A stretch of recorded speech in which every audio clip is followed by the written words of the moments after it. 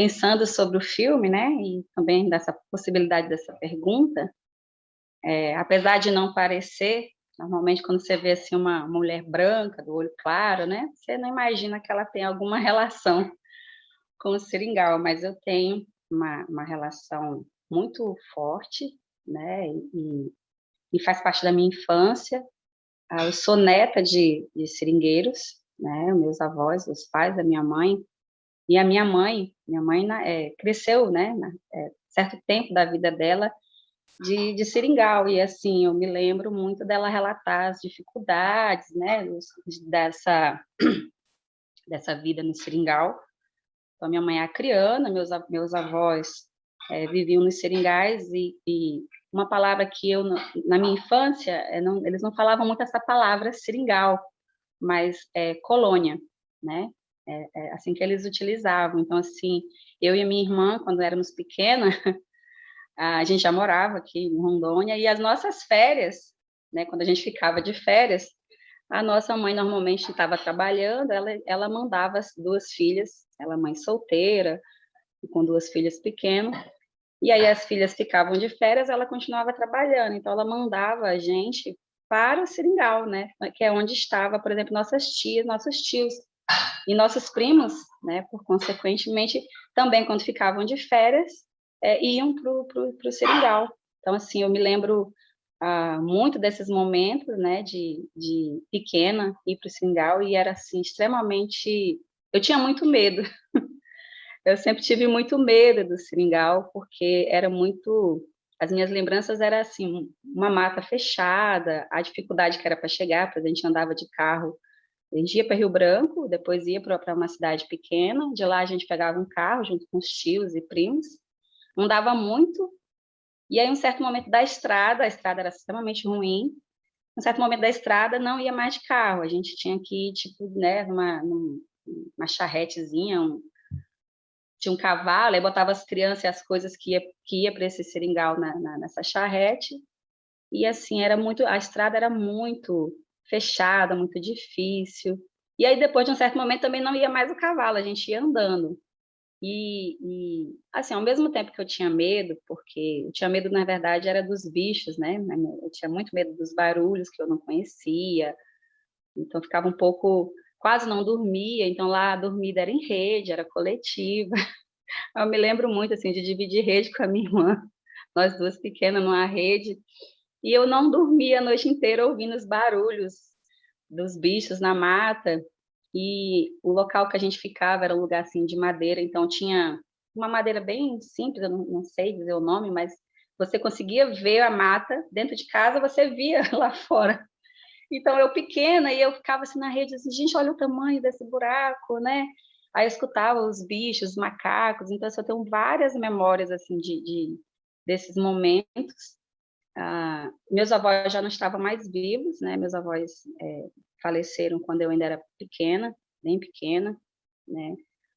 As coisas que eu lembro dos meus avós são coisas que minha mãe relata, por exemplo, que minha avó era uma mulher muito braba, né? Que era uma mulher que era muito mais braba do que o meu avô. Na verdade, ela era a mulher forte daquele espaço, né?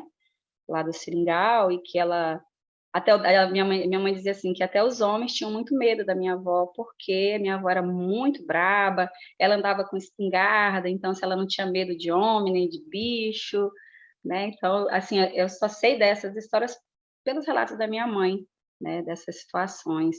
E também aquela situação da minha mãe, muito jovem, querer fugir daquela realidade, né? Não querer fazer parte daquilo. Então, assim, muito jovem, ela saiu do seringal ainda, né, pré-adolescente, para viver com a avó dela na capital, para poder ter uma outra realidade de vida, né? Ela não queria muito aquilo. E também tem as narrativas de uma tia minha, que é professora, e que, para ela ser professora, fazer magistério, ela andava horas, né? Ela tinha que sair de seringal para andar horas para estudar, e ela se tornou professora muito jovem, então ela andava naquelas linhas, eles chamavam de linha, né? Ensinando. Então ela tinha, minha mãe conta assim, olha, porque ela tinha tipo 16 anos, já dava aula, ela tinha um status, Então, ela era professora, ela tinha mais coisas. Minha mãe conta, olha, ela foi a primeira a comprar um radinho, né? Que era uma coisa, nossa, ter um radinho era algo muito chique, né? Era algo assim. Então, elas contam muito dessas briguinhas, por exemplo, das irmãs mais novas, dizem assim, ah, ela é metida porque ela é professora, né? E porque ela tem um radinho que ela tranca. Elas contam essas histórias. Então, eu tenho essa memória do seringal, né? De ter ido na infância, e tenho a minha última memória, minha última ida junto com a minha irmã ao seringal, já é uma memória muito triste, porque nosso tio mais jovem, né, a gente estava no seringal, nesses momentos de recesso, né, eu não sei dizer se foi recesso de janeiro, do meio do ano, eu sei que era recesso escolar, então automaticamente, tanto eu, a minha irmã, como os meus primos mais próximos, estávamos todos no seringal, e um tio, nosso tio mais jovem, na época tinha 26 anos, né, que era o tio que a gente, inclusive, gostava mais, porque era mais, além de ser o mais jovem, era o que brincava mais com as crianças, era o mais carinhoso, e ele tinha ido para o seringal porque ele tinha perdido o emprego, e aí ele quis ver se arrumava, como se fosse bico, né? Ah, eu vou ver se eu consigo colher castanha, ou se eu consigo alguma coisa desse tipo. E aí, assim, a memória que eu tenho é dele chegando, né? Dele sendo carinhoso com a gente. E aí aconteceu uma briga, né? Ele nessa busca de trabalho, ele estava andando nas linhas e parou num certo bar para beber, né?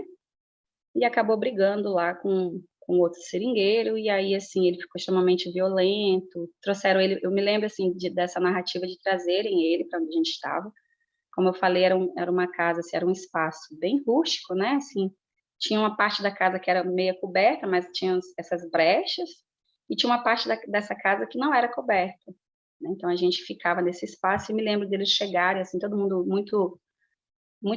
todo mundo muito nervoso, todo mundo, né, tem pessoal segurando ele, e assim, a gente ficou extremamente, né, assim, atormentada, na verdade. E aí, a a a quando ele chegou, a minha tia, uma das minhas tias, falou assim: "Ó, vamos pegar as crianças e vamos mandar, vamos pedir que vamos alguém tinha que pegar as crianças e levar para a cidade mais próxima, que era o Quinari", e aí levaram a gente, né. E me lembro, assim, dele chegando pra gente, né, beijando, disse: "Olha, tá tudo bem, né, tá tudo bem, o tio tá bem".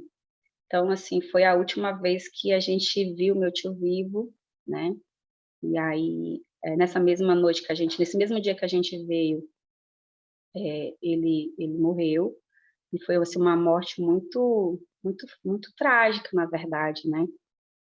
E, assim, é bem falada na cidade, inclusive, porque ele dizem que ele, deu um tiro, né, voltou para o lugar, para esse mesmo lugar que tinham brigado de madrugada, conseguiu fugir, né.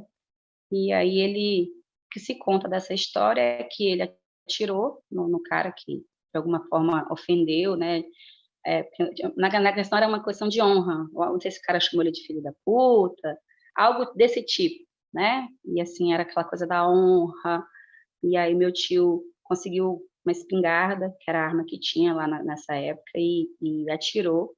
Diz que a bala pegou primeiro na esposa do cara que estava grávida, né, essa senhora não morreu, e o segundo tiro diz que pegou no coração do cara, e aí, meu tio foi encontrado, né, morto num paiol, que eles chamam de paiol de castanha, em cima de uns sacos, né, de castanha, e ele tinha perfuração em todo o corpo, né, não se deu para contar a quantidade de perfuração que tinha no corpo, né, da cabeça aos pés ele tinha perfuração. E essas perfurações eram de todos os tipos, então tinha faca, teçado, foice, né. E assim, a gente nunca soube de verdade o que aconteceu, porque, a polícia diz que aquele tipo é como se várias pessoas tivessem pego ele, né, e tivessem, né, com raiva, ódio, tivessem feito lá aquela situação. E assim, a moça não faleceu, a esposa do cara que eles discutiram, e nem a criança, né. Então a versão que a gente tem dela, na verdade, é que o marido, né, ao ver que ela tinha levado um tiro, pegou lá um teçado e que matou meu tio. Que era aí que a polícia depois disse: olha, é impossível, ele levou um tiro no coração, né? No máximo ele conseguiria dar uma facada, ele não conseguiria dar. Eu não me lembro exatamente a quantidade, né? Mas foi muitas, assim, e assim, isso ficou muito marcado, porque eu estava lá, no outro dia o corpo veio, então eu participei daquele momento de, né, da família, e foi a última vez em que a gente foi para o Seringal, né? Depois disso, tanto a nossa mãe nunca mais, nunca mais teve coragem, né? Ficou muito marcado. Na época também a minha tia, que era dona desse espaço, vendeu, então assim, a família meio que, devido a essa tragédia, se afastou, né, totalmente daquela situação de seringal, né, de ter colônia, de fazer esse tipo de trabalho. Então eu tenho essas memórias, né, essa é a mais difícil, né, tem umas assim, na verdade todas as memórias que eu tenho de seringal, elas são difíceis para mim, né? Porque eu me lembro muito do sentimento de medo que eu tinha daquele espaço, né? De ter medo, principalmente pelo desconhecido, né? Eu era uma menina da cidade, né? Uma menina que vivia dentro de casa com a mãe, com a irmã, e de repente estava num espaço que era tudo muito. Tinha medo de cobra, tinha medo de onça. E assim, dentro do seringal, aqueles momentos que eu estive lá, a mata para mim era extremamente barulhenta, eu ouvia muitos barulhos, né? E esses barulhos eram totalmente desconhecido para mim, isso me causava muito temor. Então eu me lembro de não dormir, né? De não conseguir dormir durante a noite. Aí tem a questão da rede, que era outra coisa que eu também não tinha hábito. Então era extremamente difícil para mim dormir numa rede. Até hoje eu tenho essa, acho que um pouquinho de trauma, né? Dessa coisa dessa infância que foi aquela coisa, vai. E também o fato da minha mãe, né, que era a pessoa mais importante naquela época para mim, não tá junto. Então a pessoa que de alguma forma me causava segurança não estava longe, apesar de eu gostar dos meus tios, das minhas tias, mas a mãe nunca estava, né. Todas as vezes que a gente esteve no seringal, ela não esteve, porque ela tinha que trabalhar, ela não podia ir, né. Então, na verdade, ela mandava as filhas para esses espaços para poder trabalhar, porque ela não tinha condições de pagar alguém, por exemplo, para cuidar dessas 2 filhas pequenas, né. Me lembro inclusive, de uma coisa que também me deixou assim, porque no seringal se come de tudo, né, então, assim, tinha muita caça, e aí me lembro de uma vez que chegaram com, então, aquela coisa: "Ah, vamos sair para caçar", então tinha todo um ritual para caça, né.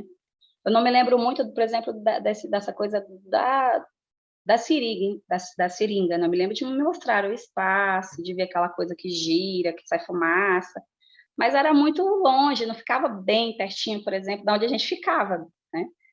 Mas as caças, por exemplo, era algo que me deixava extremamente chocada, porque, né, quando eles chegavam era toda uma festa, todo mundo corria para ver as caças, então eu via aqueles bichos que eu conhecia mortos, e depois o povo comendo, então eu tinha uma dificuldade imensa, né, de quando que estava aqueles bichos já cozidos. Então o pessoal, eu lembro assim que as minhas filhas: "Ai, a Ariana é muito besta, essa menina da cidade é muito besta", né, qualquer coisinha.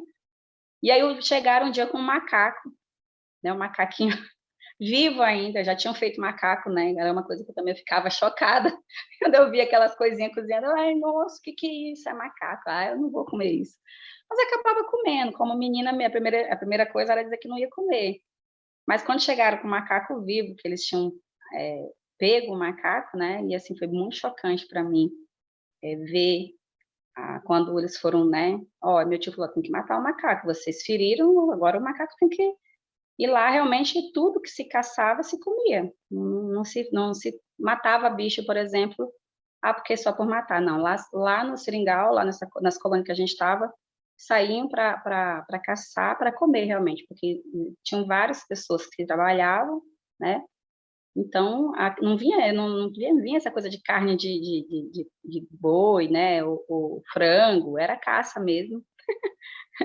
Era muita caça, e aí esse macaquinho me deixou chocada, porque os gritos do macaquinho, o macaquinho se ajoelhando, eu lembro, assim, que eu fiquei chocada, eu chorei muito, aí meu tio, um outro tio, né, que estava lá, eu: "Tio, por favor, não mata o macaco", aí eu lembro, assim, dele me tirar e dizer: se acalma, por quê?". E eu fiquei com muito trauma, porque por mais que ele tivesse me tirado do espaço, eu ouvi todos os gritinhos lá do macaco, e aí depois fiquei, né, eu me lembro que eu não comi, porque fiquei uns dias lá passando mal, e a minha tia, meu Deus, acho que essa menina tá passando mal porque, porque ela viu o povo matando macaco, e aí, assim, eu tenho essas histórias, né, que, assim, me marcaram um pouco, né, hoje eu penso de outra forma, assim, hoje eu consigo entender, né, algumas coisas se apagaram realmente, né, outras ficaram marcadas, que é essa questão da caça, do medo, do meu tio, né, a família realmente depois dessa tragédia se afastou, né, minha tia, todos os meus tios na verdade, né, que de alguma forma ainda tinham relação com o seringal, se afastaram, né, ficaram, então assim, minhas tias vieram para as cidades, né, eu tenho uma tia que já tem 74 anos, que é a mais velha, que era professora, que ainda tem uns laços, assim, ela tem, né, ela ainda tem, por exemplo, ela tinha, tem porque não vendeu, mas ela tinha uma terra de seringal, na divisa entre o Acre e a Bolívia, né, e aí só tem uns 2 anos que ela não vai, porque a minha família como um todo, né, como é que ela pode pegar um barco, uma voadeira, e ela diz: "Ah, mas eu gosto muito de estar no meio, né, da mata, dessa relação", mas não vai mais, né, ela já tem 74 anos, tem 2 anos que a família como um todo, não permite que ela vá, mas ela foi a única, na verdade, que, apesar da tragédia, né, apesar de ter se afastado um pouco, que ainda manteve laços com com com os seringais, né, ou até com os seringueiros lá da região. Todos os outros, na verdade, foram bem longe desse espaço, né, que para eles foi o espaço que tirou o irmão mais o irmão caçula, na verdade, nosso tio caçula. E aí, de vez em quando, eu fico buscando com a minha mãe, com as minhas tias, quando elas vêm, né, algumas histórias, especialmente da minha avó, né, por falarem que a minha avó era uma mulher muito brava, uma mulher muito guerreira. Também do meu avô, que era, na verdade, meu avô, o Pereirinha, que ele fala assim que ele era um doce de pessoa, né, que ele era muito carinhoso, ele foi soldado da borracha, né, então, assim, a minha mãe conta, quando ele contava quanto que era difícil, né, ser soldado da borracha, que eles ficavam em barcos dias para ir, por exemplo, aconteceu um roubo, então para investigar era extremamente difícil, era muito penoso. Então, assim, eu acompanho muito essa parte do meu avô, porque minha mãe entrou na justiça, né, porque quando ele faleceu, na época, minha avó não recebeu nada, né, não ficou nem recebendo pensão, e e aí minha mãe descobriu já muito tempo depois da morte dele que a minha avó tinha direito, como ela também, né, ainda tinha direito. Então, assim, de quando ela entrou na justiça para reaver isso, essas memórias voltaram para ela, ela começou a falar do quanto o pai dela, sofreu quando era soldado da borracha, né, o quanto era difícil realmente, entrar na mata para poder fazer qualquer tipo de investigação, né, e eles ganhavam muito pouquinho. Então, se hoje, depois de mais sei lá, quase 40 anos, né, os soldados da borracha têm um salário que eles dizem que é muito bom, mas agora na velhice, por exemplo, né, eles passaram toda a parte de ativa deles ganhando muito pouquinho. Então, hoje um soldado ganhar, eu não sei exatamente se é 20.000, alguma coisa assim, mas eles estão todos muito velhinhos, né, muito doente, então quase não se aproveita. Então, eu acompanhei esse processo agora, recentemente, por causa da minha mãe. Então, eu cheguei a conhecer alguns ex-soldados da borracha, né, que ela fez amizade, então eu acabava indo com ela, né, acompanhando esse processo e ouvindo as histórias, né, eu gosto muito de tentar ouvir. É difícil para ela até brinca que ela diz assim que não gosta, meus tios na verdade, né, porque meu outro tio que faleceu, quando eu comecei a perguntar, fui para lá, fui levar minha mãe para ver, na verdade, né, resolver uma situação, e aí percebi que os irmãos que estavam vivos estavam todos próximos, bora fazer uma reunião, vamos se juntar, aí juntamos o povo, apesar deles brigarem muito, mas juntamos, e eu resolvi, vamos fazer uma foto. E aí, assim, eu brinquei, né, eu falei assim: "Olha, vamos fazer uma foto, porque pode ser a última vez que vocês estejam todos juntos, E fizemos a foto. E aí, realmente, a foto foi a última foto deles todos. E aí, depois disso, assim, minha mãe ficou, cara... Quando as minhas tias diziam, bora fazer a foto, ela disse, não, olha, pare, cara, a gente está tendo um pouco de trauma. Da última vez que você tirou foto da gente, aí 2 meses depois seu tio faleceu. Aí eu, poxa, gente, mas assim, né? Não foi eu, é porque realmente iria acontecer. Aí, o que aconteceu, pelo menos, é que vocês... E, na verdade, essa é a última foto, assim, que tem todos, né? Todos que estavam... Menos meu tio caçula, que realmente esse faleceu muito jovem, né? 26 anos. Mas os outros irmãos... e essa foto, assim, eles replicaram a foto, né? Fizeram até uma tia que fez quadro da foto, porque a última foto dos irmãos vivos, depois da foto, outros 2 faleceram, né? Então... Mas mesmo assim, aí eu comecei a fazer o quê depois dessa foto, né? Comecei a conversar com a minha mãe, dizer, vamos, a senhora se incomoda de eu começar a querer gravar, de eu perguntar mais? Ela começou a dizer umas coisas, então eu comecei a gravar um pouquinho, para esse resgate mesmo, assim, que eles têm muita coisa, eles viveram muitas coisas nesses espaços, né? Lá no Acre, no Seringal, e eu ficava até confusa, dizia, mãe? Eu dizia, mãe, mas eu não entendo, vocês eram seringueiros, e essa colônia, o que é? É colônia de castanha? Aí ela disse, não, minha filha, é as duas coisas. Normalmente no Seringal também tem a colônia de castanha, porque eu não entendia muito. Para mim, na verdade, eles eram catadores de castanha, porque tinha muitas castanhas, eu me lembro dessas castanhas, e me lembro de ter medo, porque o meu tio dizia assim, quando você vê um pé de castanha, passa correndo. Ah, eu passa correndo? Ele corre porque se cair um coquinho ali, aí eu, nossa, tio, mais um coquinho que a gente, né, se cair esse coco nessa cabeça, já era. Aí eu, mas por quê? Aí eu me lembro dessas coisas, né, dele dizer assim, então assim, eu lembro assim que toda vez que a gente estava no meio da mata, que vinha um pé de castanha, eu já passava correndo. Eu tinha tanto medo desses pés de castanha, por causa dessas castanhas, então assim, essas memórias assim do tio falar corre, porque se cai uma castanha, a pessoa já era, de ver quebrando a castanha, então às vezes eu não associava muito a seringa, na verdade, eu associava aquele espaço à castanha, que era o que eu via mais, eu via eles coletando, eu via eles quebrando o ouriço, né, depois é que a minha mãe dizia assim, não, lá onde vocês estavam é um seringal, né, e que o seringal, junto com a coleta de castanha, elas estão unidas, normalmente o seringueiro também coleta castanha e vice-versa, né, então eu não tinha muito como é que diz? Esse discernimento, né, mas eu tenho essa relação aí com o seringal, né, com uma mulher que foi seringueira, a minha avó Raimunda, né, que foi uma mulher muito muito guerreira, assim, e minha mãe dizia que ela não tinha medo de homem nem de bicho, que matava onça, dizer que o meu avô era um doce, era um docinho de coco, meu avô é que era o cara minha mãe, não sei o termo que a minha mãe usou, mas era um termo bem engraçado para falar do pai dela, né, que era Pereirinha, que bebia muito, que ele era muito festeiro, que ele era muito paz e amor, e que ele, quando ia para a mata, tinha muitos ebós na mata, né? E aí diz que ele e o tio dele, o irmão dele, na verdade, às vezes sem grana no meio da mata para beber, eles iam atrás dos ebós, porque nos ebós sempre tinha cachaça.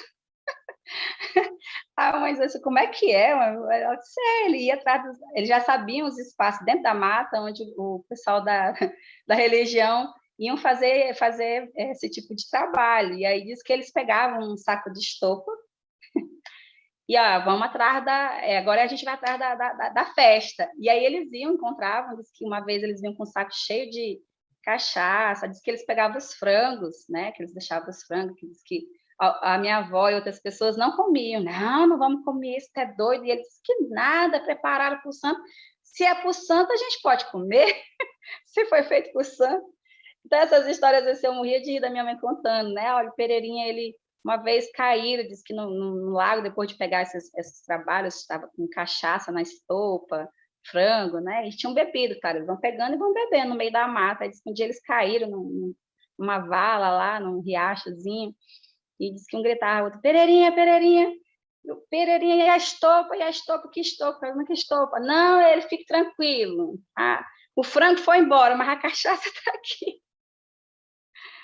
Então tinha essas histórias da mamãe, ela fala muito do pai dela, assim, que me parece ser alguém que foi muito carinhoso, né, alguém que foi muito amoroso.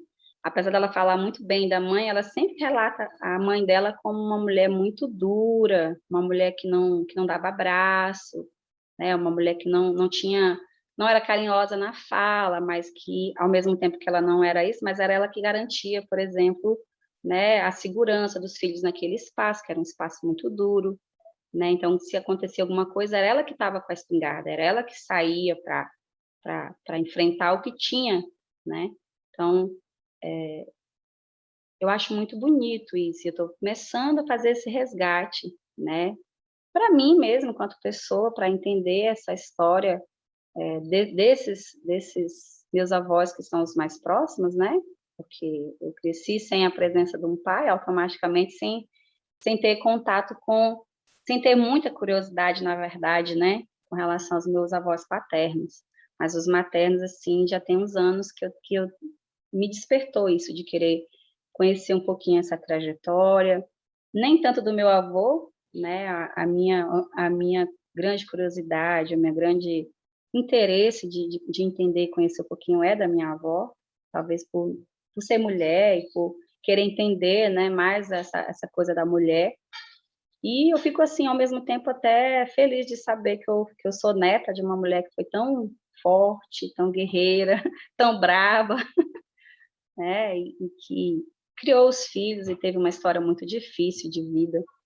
Então, assim, eu tenho resgatado, tenho feito essas perguntas, tenho anotado, porque a minha memória também já não anda muito boa, então e tenho feito algumas gravações. E, assim, antes da pandemia, eu tinha combinado que quando as minhas tias viessem, a gente iria que eu iria gravar, né, que elas começassem a contar algumas coisas da infância e da adolescência delas. E elas até aceitaram, né, não, claro, só que aí veio a pandemia, né, elas não se encontraram mais, assim, elas não puderam se encontrar, e esse meu projeto de ouvir e gravar um pouquinho essa história, né, de trazer isso para mim mesmo, assim, né, de entender, de conhecer um pouquinho, e para a vida, para minha filha, né, então eu gosto muito de trazer isso para ela, olha, como é que são as mulheres que te cercam, né, como é que foi a tua avó, a tua bisa, ela já tem né, ela tem um carinho, um amor muito grande pela avó paterna, né, admiração também por ter uma avó, né, ter uma avó tão forte.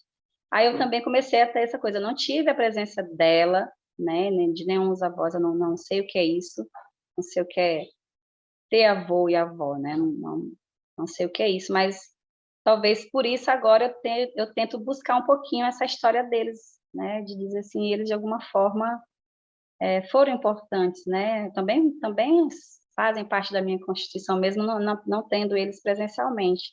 Posso até estar viajando na maionese, mas comecei esse processo aí há pouco tempo, né, nos 3 anos para cá, de querer realmente entender um pouquinho, inclusive com meu pai, né, apesar da gente ter muito contato, eu pedi foto, né, da minha dos meus avós, principalmente da minha avó. Fiquei muito surpresa, porque quando ele mandou a foto, eu: "Caramba, eu sou a cara dessa mulher, eu sou a cópia da minha avó paterna", então fiquei assim: "Nossa", né, e também porque eu tenho um tio surdo, que já tem mais de 80 anos, e aí sempre eu pedia foto, né, para meu pai, porque eu não conheço esse tio, e aí ele acabou, depois de agora acho que na pandemia foi que ele se sensibilizou e mandou, né, porque antes eu sempre pedia e ele: "Ah, depois eu mando", e nunca mandou.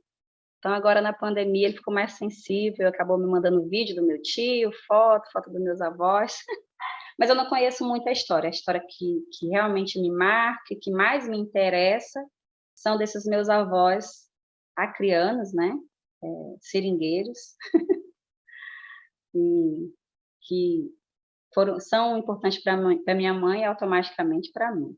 Te levando Quando de volta para o seu quando eu fui convidada, né, para fazer parte da equipe, claro que automaticamente veio, né, isso estava um pouco, acho que devido à pandemia e outras questões, né, isso estava meio que apagadinho ali, e aí quando surgiu: "Ah, olha, o projeto foi aprovado, vai acontecer". Aí, nossa, veio tudo, né, eu estava com o jogo: "Caramba, olha, eu não tinha, assim, quando eu aceitei trabalhar com com projeto, com filme, eu não tinha feito associação com toda essa minha história, e aí, de repente, começou a vir, veio as lembranças das histórias que a minha mãe contava dos meus avós, da minha avó, veio a lembrança, assim, dessas férias minhas nos seringais, né, enquanto criança, era bem criança mesmo, e assim, foi vindo, tá, tinha coisas que eu nem estava mais, assim, lembrando e começou a vir, sabe, a história do macaco, a do meu tio, que é uma coisa mais forte, né, também veio daquela lembrança de que meu tio foi morto num seringal, né, e e aí sim, veio aquela lembrança e algumas coisas, assim, que eu não tinha feito associação, elas voltaram, né, elas voltaram com força, dessa memória mesmo, de dizer assim: "Olha, você é neta de seringueira, né, sua mãe nasceu no seringal". A sua mãe, né, e assim, você não faz essa associação. Até o José olhou e falou assim: "Caramba", né, ninguém associa, te vê, olha para você, não imagina que você tem, né, a gente passa longe. Talvez por essa coisa do estereótipo mesmo, né, é branca, né, mulher branca do olho claro, tem toda uma, mas não, independente disso, né, eu tenho essa relação.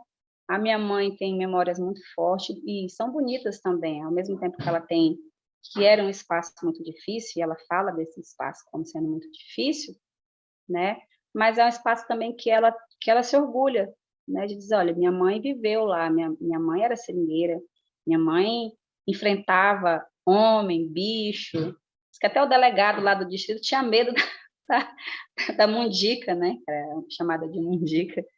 Então essas histórias, assim, eu tenho orgulho, né, eu tenho orgulho de dizer assim: "Olha, né, minha família veio desse espaço, né, minha mãe foi constituída por esse espaço, mesmo que ela muito jovem, e talvez ela só fez o que ela fez porque ela quis sair desse espaço, né, dela dizer assim: "Não, eu não quero, o que eu quero para mim é outra coisa, né, eu não quero ter a vida da minha mãe, né, eu não quero ter a vida das minhas irmãs, por exemplo, eu quero conhecer o mundo". Então minha mãe, na verdade, ela foi a primeira mulher da família dela a sair do espaço, dizer assim: "Não, eu não", primeiro ela foge desse espaço do seringal, né, com a mãe, com as irmãs, e vai para a cidade.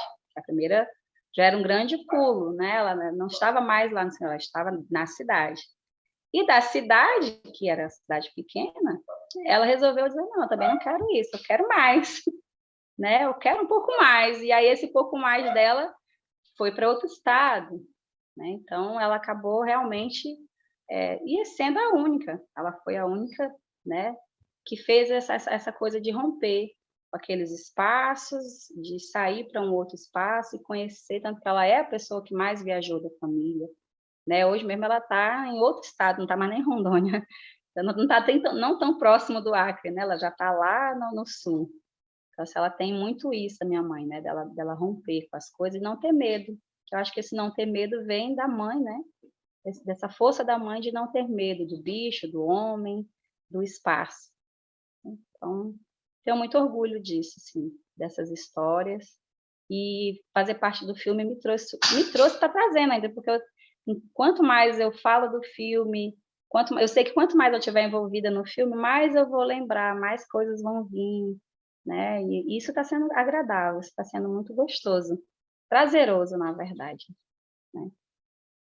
A gente vai fazer um trabalho muito, a gente, que eu falo nós, porque é muito bacana a forma como vocês, envolvem, né, Uhum. as pessoas no projeto, nos projetos, vocês são a primeira, então eu acho muito bacana, até aprendo com vocês, porque né, a gente também, tem um filme que é do Movimento Surdo, e Uhum. assim, eu assim, fiquei pensando muito, né, a gente é um grupo muito grande, mas vendo a forma como você traz, e o Nilson também me ajudou nisso, assim, de trazer mais o pessoal, conversar mais. Eu falei: "Olha, eu estou aprendendo com os amigos". É, assim, Essa é a melhor parte. Quando eu chamei os meninos da comunidade para falar do né? filme, "Ah, nós vamos fazer", eles não estavam nem imaginando de ter recurso, porque a gente sempre fez as coisas sem É, nada, né. Assim, a gente fica naquela situação, poxa, tem pessoas que precisam, tem aham. pessoas, né, a gente na comunidade tem pessoas que estão desempregadas, tem pessoas que ganham muito pouco, fazem esse trabalho, mas, poxa, poder receber É muito